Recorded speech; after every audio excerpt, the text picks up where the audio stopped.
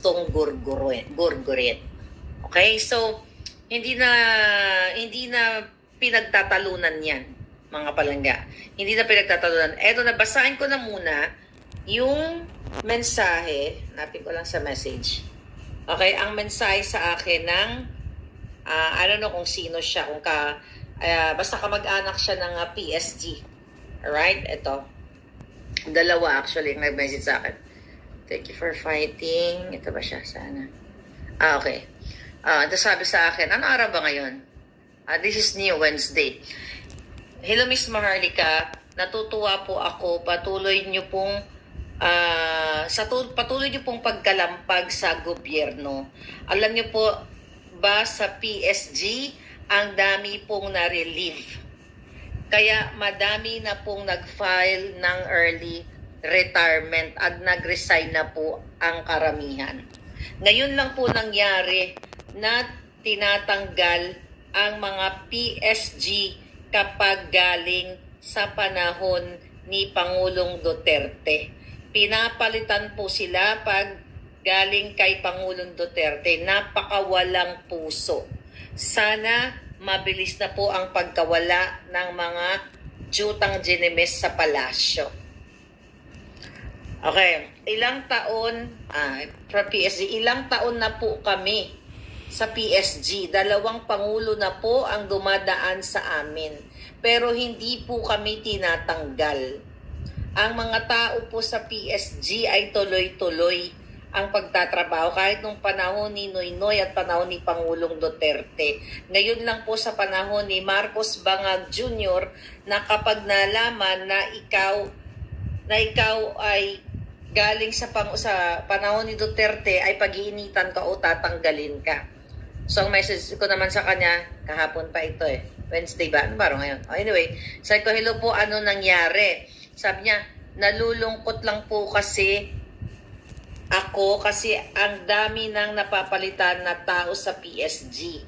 Kaya po kapag nanonood po ako ng mga live ninyo, sabi niya, sana po magkaroon ng katarungan ang lahat ng sundalong nakakaranas ng sama ng loob dahil sa patuloy na paggigipit nila. Wala na pong kadating-dating at kasigla-sigla ang PSG. Right. Okay. Okay, sabi ko, okay. Well, hindi ko mamasa baka malaman nila. Wala na po yung blanco sa PSG ngayon. Actually, lumabas na po kami. Siya din. Lumabas na po kami sa PSG. Dahil hindi na po namin kaya ang patakaran ng Marcos Bangag. Sabi ko, ano po, nag-resign ba kayo? Ano pong naranasan ninyo? Sabi niya, nag-file na po kami ng retirement, ma'am. Sana po wag po kayo mapagod. Kayo na po ang tumatayong boses ng taong bayan. So, mga kababayan, coming from this mga sundalo, yung mga lingkod bayan na binaboy ng gobyernong ito. So actually may message pa dito. Ito sa email naman. Okay? Hi Miss Maharlika. I hope this letter finds you in good health and high spirits. Thank you po for fighting for the Filipino people.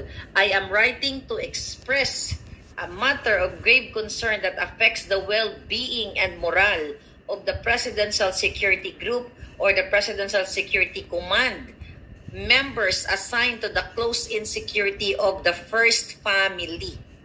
Okay? The PSG personnel have been subjected to treatment that is both disrespectful and abusive, sabi niya, which undermines their dignity and professional responsibilities, specifically the following incidents po. Shouting and disrespect of the First Lady, Liza Araneta Marcos, and the other members of the First Family.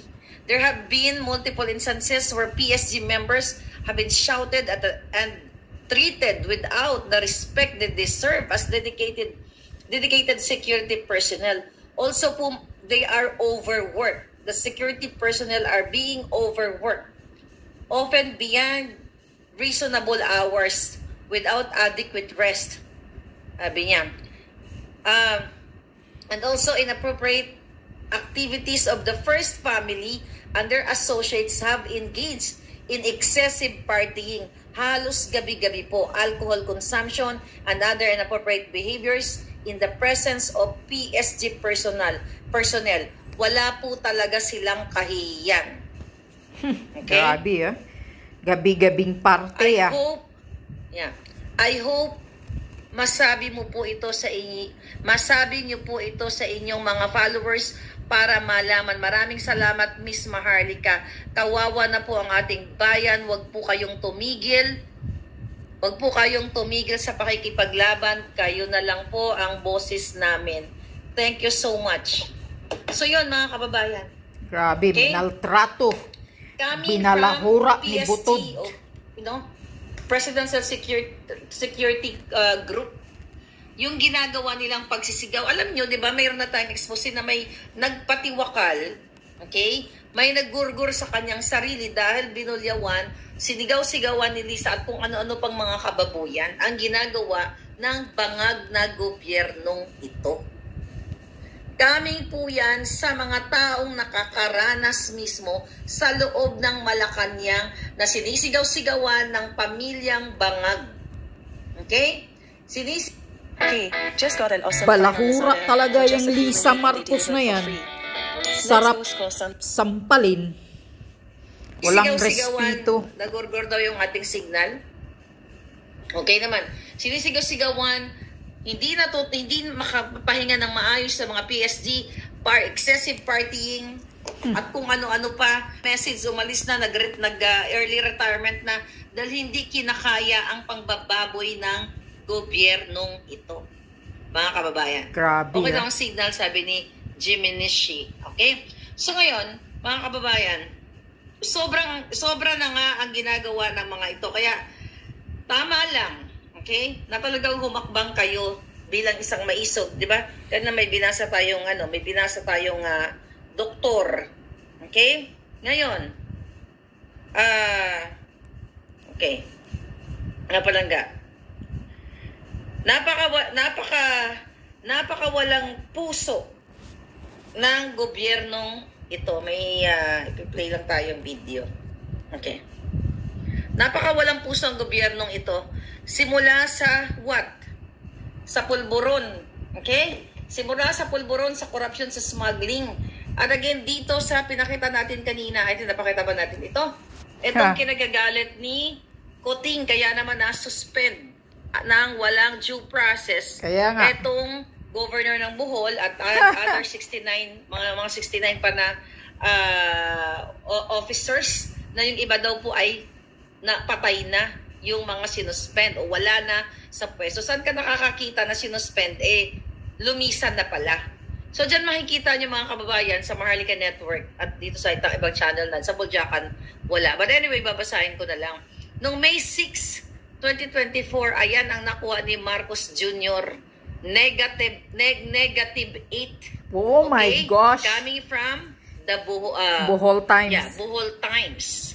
Ayun, nakita nyo, May 6. Saan ka nakakita ng ratings? Well, hindi siya matino. Presidenteng bangag. Kasi negative 8 ang kanyang ratings. Imagine niyo mga kababayan. Ayan, oh. Ayan, oh. Negative 8. Basahin natin. Yung sabi ng Bohol Times.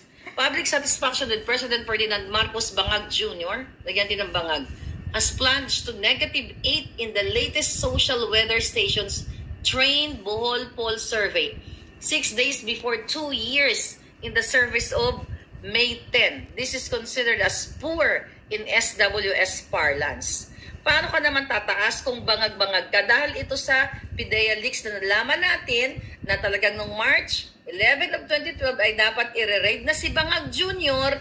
pero hinarang ni Ochoa, hinarang na mga jejemon yung mga kasabwat ni Lisa Tanas. Marcos got plus 61% in April 2023. Survey, sabi niya, 61% siya ngayon, negative 8 ng gago. Buti nga sa'yo. Sabi niya, hence, he nosedive about 69 points. So, grabe bumagsak ng 69 negative points. 8. Kasi from 61, di ba? 61, tapos negative 8, kumulang pa. Hindi man lang nag 1%. So, jumugsak siya ng 69 points. From While Vice 61 President become and Deputy negative Secretary 8. Sara Duterte's satisfaction rating is very good with a net plus 62, which is lower than she got last year at plus 75 or 13 point down. Pero hindi negative 8. Bumagsak man ng konti, hindi bumulusok katulad ni Marcos Kuting Jr. Yung pagbaba ni Sara, yan yung paninira nila, Tambaloslos at ni Lisa dyan sa mga confi fund na yan. Pero yung panalo sa loto't maya-maya, loan better, smuggling, lahat ng korupsyon, bribery, extortion, ng bangag na gobyerno, ayaw pag-usapan ng mga inayupak sa Senado at Kongreso. At yung pagpapagurgur sana ni Lisa kay Agent Morales na narinig din niyo sa CCTV doon sa Senado, mga kababayan. Ito yung impact. At I know na nararamdaman na ng taong bayan yung impact ng pagiging bangag na si Kuting Jr. Tuloy natin. Duterte got a great majority at plus 74, satisfied with her performance, and 8% were dissatisfied and some 20% were undecided, the poll said. Class E of the respondents gave Duterte an overwhelming net approval of 85%, 82% of the 18 to 24 age group, 71% from the 3rd district. Tagbilaran City gave her, di ba, the lowest net approval rating, 30%, the survey said. Pero hindi pa rin negative, at least may 30% compare kay Marcos Jr. 1/3 or 35% of them, the respondents, were satisfied of his BBM performance, while a slight plurality of 43% were dissatisfied, which resulted in a net -8. Undecided was 22% according to Bohol poll. Okay? Marcos' rating was in negative, achieved by any officials, local or national, after the Bohol poll started in survey in March 23 to April 22, 2024, which was publicly presented by Holy Name University's Center for Research and Publications. So, pinakamababa dahil lagi ngang nagbabangag at pabiyahe-biyahe pa ang mga inayupak, walang pakialam sa inyo, kagutuman, mataas ang bilihin, kuryente, tubig, sana lahat negative na zero. Pero sila patuloy na hinahakot ang pera ninyo. Talagang sa wala mga na offshore kahit accounts. isang tao. Sabi nga nag-report sa atin ay excessive partying, sinisigawan ng mga PSG, wala silang pakialam dahil ginagastos nila ang pera ng bayan. Okay, tuloy natin. The president got net positive results from 2nd district and class E at plus 8 and plus 23 respectively. The rest of variables are all in the net negative, and the highest from urban at -24 and the lowest is -1 from the age group 16 to 24 years old. Yan. The public presentation was held at the Holy Name University Secondary Audiovisual Hall with Acting Vice President and Administrator Brother Mark Paglinawan. SV University, siguro hindi nagpapabayad itong taong ito, no? Kaya, totoo yung kanyang rating, mga kababayan. Kaya totoo ang rating ng tawag dito, ng Kuting. So ngayon mga kababayan, mas malupit yung sinabi ng ating sender na grabe ang ginagawa sa PSG. Ano bang ginagawa ninyo, sir, mga ma'am? Binababoy kayo ng gobyerno. Kaya nga. Ng gobyernong bangag. Lumabas na kayo sa kalsada.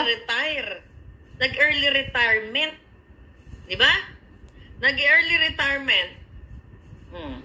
Okay naman yung signal natin. Okay, mga jutang ginimistong mga... Magsasalita na kayo. Huwag na kayong tumahimik dyan, mga PSG. Kaya mo na yung mga alagad ni Satanas. But anyway, sabi ni Elma Baalan from New Zealand, waiting, mag-ano po ka dyan, mag-organize kayo ng inyong hakbang ng maisog. So mga kababayan, kailan pa kayo magsasalita, mga PSD, yung pamilya nung nagpatiwakal dahil sa binaboy din ni Lisa, itong inayupak na babaeng itong addictus benedictus, mga ngamkam, manggigipit, manggugurgur, mangingidnap, smuggler.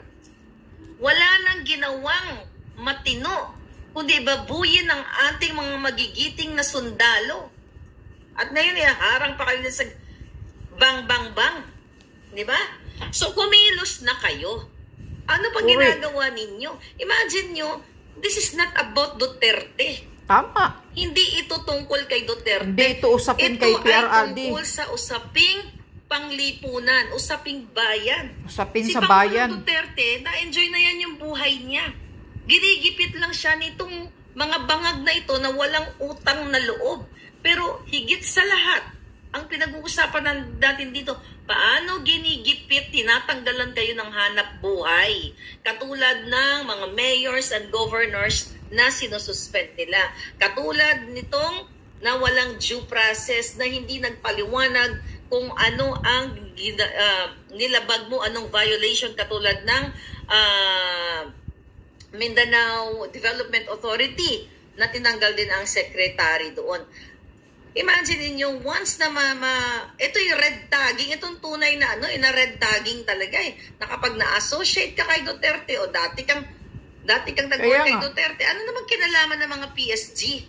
By the way, ano ang kinalaman ng PSG kung sila ay naglingkod kay Pangulong Duterte nung panahon niya? Sabi nga ng sender natin, ang ating puting ahas, even panahon ni Noynoy ay nandoon na sila. Then, inabsorb lang sila nung panahon ni Pangulong Duterte. Kasi gano'n naman yan. Alangan naman pag nag-change ka ng government, tatanggalin mo lahat ng sundalo at pulis na kailangan magbaw sa'yo, di ba? O mga PSD, hindi po pwede yun. Kasi itong mga PSD na to, itong mga sundalong ito, ginagawa lamang yung trabaho nila. Bakit? Kasi ang gusto ng hinayupak na bangag ito at Lisa Tanas na ito, na aayunan sila sa kanilang mga pulboronic activities. Yung kanilang mga pumpyaman, tsaktsakan, orgihan, o swing, mga swing dyan sa Malacanang, ang mga bumababoy dito sa bayang Pilipinas. Kaya kung hindi kayo kikilos, again, hindi rin naman ako titigil para palalanan kayo. Dapat hindi tayo mapagod. May mga moment akong ganyan. May mga moment ako, nagigil ako sa mga ginagawa sa inyo, pero hindi. Dapat talagang labanan natin ang mga bangag na ito. Kayo po dyan, mga sir, mga ma'am, mga general, okay, na matlayog ang inyong pinag-aralan, ang inyong mga eksperyensya sa buhay, ulitin ko. Bigyan nyo ng sample si Kuting. Yes, correct. Si Bangag. Sampulan ninyo. Bigyan nyo ng sample yan. Putangin lang yan. Yan ang nagpapaano sa inyo. Anong tingin sa inyo? Ganyan? Asa na yung hindi naman lang binigyan ng inyong pagkatao? Yan si Lisa Marcos, sampulan yan. Tanggalan ng ngipin yung hinayupak na babae na yan. Mga kababayan. Ang sabi ng sender, the PSG personnel have been subjected to treatment that is both disrespectful and abusive, which undermines their dignity and professional responsibilities. Specifically, sabi dito, ang following incidents, shouting and disrespect of the First Lady, Lisa Araneta Marcos, and other members of the First Family. Kasi yung mga anak niya, mga bangag din. Di ba, ang sabi ko nga sa inyo, sabi ng kilala kong designer, ang nagsusupply ng pangsinghot ng pulburon kay Bangag at kay Lisa Marcos, yung si pangalan, di ko alam kung anong apelyido niya, si pangalan ay Joji.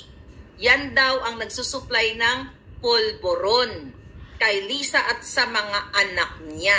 Kaya no wonder, mga sir, mga ma'am, ganito po ang trato sa inyo. Wala silang pakialam sa professionalism, hindi nila alam kung anong ibig sabihin ng dignidad. Kasi wala silang ganun. Diba? Dahil mismo ang nakapaligid na sinasabi ni Lisa na bunch of gay people, mismo ayon sa kaibigan ko dati, ayun ang nagsusupply ng pulburon sa kanila, mga palangga. Yes, sabi ni Dexter, congratulations, negative 8. Correct, mga palangga, o diba? Negative 8 ang hinayupa. Ngayon, recently, di ba? Pumunta yung mga ito. Pakinggan mo. Ito muna.